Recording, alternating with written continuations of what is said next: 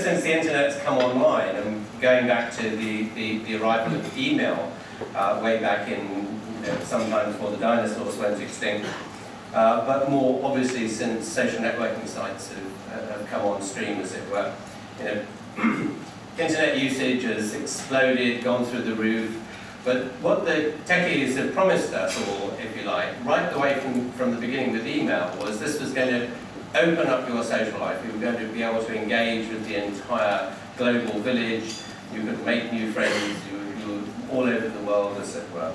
And the question is, has that actually happened? And can it actually happen? I'm going to try and persuade you that the answer is kind of yes and no, but mainly no. So just to start in the right place, these are Facebook's own data. This is in-house analysis. Cameron Marlowe, one of their in-house sociologists.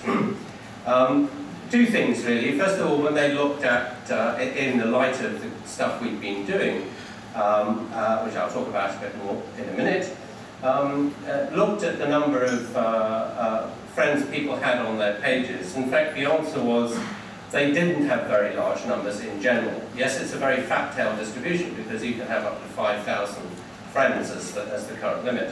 But in fact, in reality, the modal number of friends is only somewhere around 120 to 130, and the mean is 150. Of course, you've got a few people way out to the right with thousands of friends out there, but probably most of those are professional users. They're journalists or people, writers using it as a kind of fan club base or that kind of thing.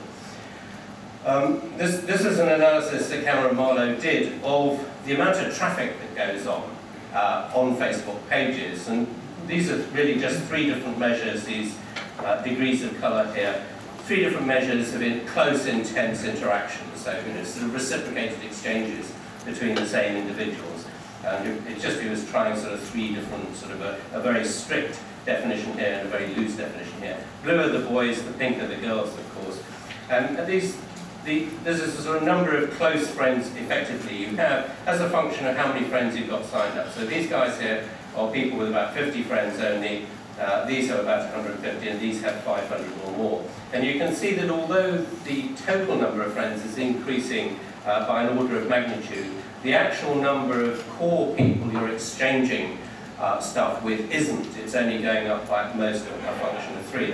There seems to be a very small core inner group of people that you spend most of your time talking to, and that even though you know other people are looking, when you're actually posting stuff on your page, you actually think you're talking to just that handful of people.